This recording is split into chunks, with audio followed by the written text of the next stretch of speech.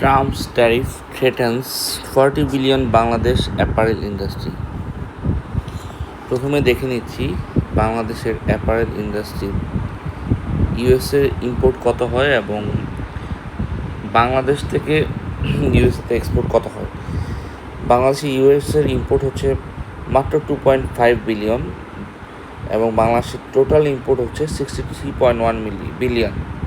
তো 63.1 বিলিয়নের মধ্যে 2.5 বিলিয়ন আসে হচ্ছে ইউএসএ থেকে, অর্থাৎ 4% আসে। টোটাল ইম্পোর্টের 4% হচ্ছে ইউএসএ। আর বাংলাদেশ রপ্তানি করে, টোটাল এক্সপোর্ট হচ্ছে 44.47 বিলিয়ন, আর ইউএসএতে করে অনলি 7.6 বিলিয়ন, অর্থাৎ ইউএসএতে তার টোটাল এক্সপোর্টের 17% করে। এটা একটা বিগ ফিগার। আর এই যে 7.6 বিলিয়ন ইউএসএতে এক্সপোর্ট করে, তার মধ্যে শুধুমাত্র রেডিমেড গার্মেন্টসেই হচ্ছে 6.6 বিলিয়ন। এবার চলেন আসি ইউএসএতে বাংলাদেশ কী কী জিনিস ইউএসএ থেকে ইম্পোর্ট করে, কী কী জিনিস আমদানি করে। আয়রন অ্যান্ড স্টিল, এটা 23%, টোটাল ইম্পোর্টের 23%ই হচ্ছে iron and steel. Mineral fuels and oils and products, এটাও 23%। কটন করে, যে কটন দিয়ে রেডিমেড গার্মেন্টস প্রোডাক্ট বানানো হয়, সেই কটনটা ইউএসএ থেকে ইম্পোর্ট করে, সেটা 14.2%। এছাড়া nuclear reactor, machinery, mechanical appliance, oil seed, ফল সিডস, মেডিসিনাল প্ল্যান্টস, এগুলো ইম্পোর্ট করে থাকে। আর বাংলাদেশ ইউএসএতে কী কী এক্সপোর্ট করে। বাংলাদেশ ইউএসএতে ওভেন গার্মেন্টস এক্সপোর্ট করে, যেটা 57.6%। নিটওয়্যার করে, যেটা 29.7%। হেড গিয়ার করে, নন লেদার ফুটওয়্যার করে, হোম টেক্সটাইল করে এবং আদার্স এক্সপোর্ট রয়েছে। যাই হোক, এখন এই ট্যারিফের ফলে বাংলাদেশের উপর 37% ট্যারিফ আরোপ করা হয়েছে, যা কিনা দক্ষিণ এশিয়ার দেশগুলোর মধ্যে সেকেন্ড হাইয়েস্ট এবং বিশ্বের মধ্যে 15তম হাইয়েস্ট। অন্যদিকে ইন্ডিয়া এবং পাকিস্তানকে করা হয়েছে মাত্র 26 and 29%।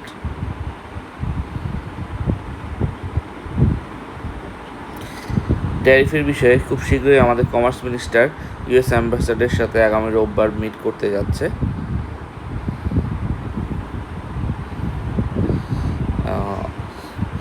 এখানে একটা বিষয় আছে যে WTO ওয়ার্ল্ড ট্রেড অর্গানাইজেশনের কিছু বিষয় আছে যে সে চাইলেই কোনো বিশেষ দেশের জন্য, একটা রাষ্ট্র চাইলেই কোনো বিশেষ রাষ্ট্রের জন্য আলাদা করে ট্যারিফ আরোপ করতে পারে না, যদি না তার সাথে কোনো বাইলেটারাল এগ্রিমেন্ট হয়। সাপোজ বাংলাদেশ চাইলেই আমেরিকার গাড়ির জন্য একরকম ট্যারিফ আর জাপানের গাড়ির জন্য আলাদা ট্যারিফ নির্ধারণ করতে পারে না, যদি না আমেরিকা বা জাপানের সাথে তার সেপারেট এগ্রিমেন্ট হয়।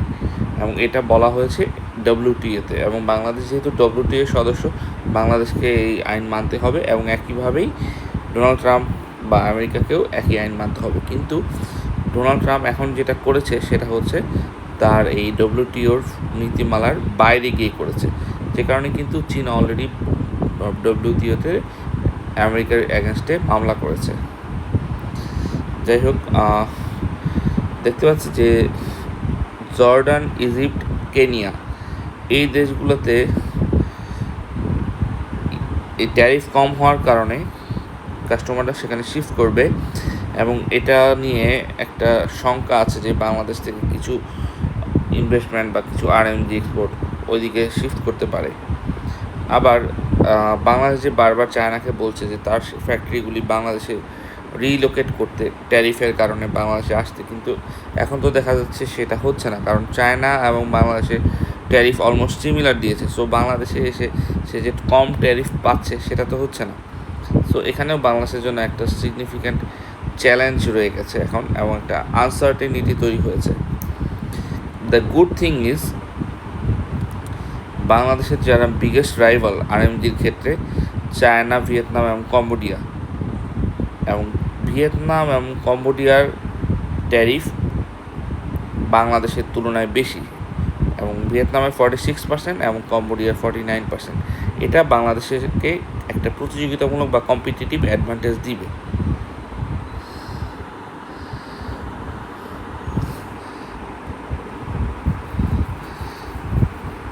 বাংলাদেশের ইম্পোর্ট যেহেতু আমেরিকা থেকে বাংলাদেশের যে আমদানি সেটা কিন্তু খুব বড় ফিগার না, মাত্র 2.5 বিলিয়ন। যেহেতু এটা একটা ছোট ফিগার, সেক্ষেত্রে বাংলাদেশ যদি একটা ডিউটি ফ্রি ট্রেড রিলেশনশিপ করতে পারে, আমেরিকার সাথে একটা এগ্রিমেন্টে যেতে পারে যে ডিউটি ফ্রি, তাহলে কিন্তু এটা বাংলাদেশের জন্য একটা গেম চেঞ্জার হয়ে যাবে। এবং গভর্নমেন্ট এটা নিয়ে কাজ করছে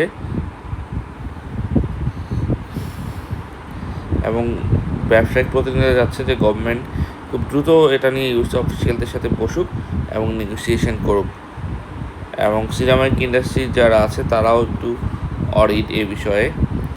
আর আমরা দেখতে পাচ্ছি যে এখানে একটা বিষয়, আমেরিকা যে এই ট্যারিফ দিয়েছে সেক্ষেত্রে একটা স্পেশাল কথা বলা হয়েছিল যে special benefits for countries that use American commodities in their export.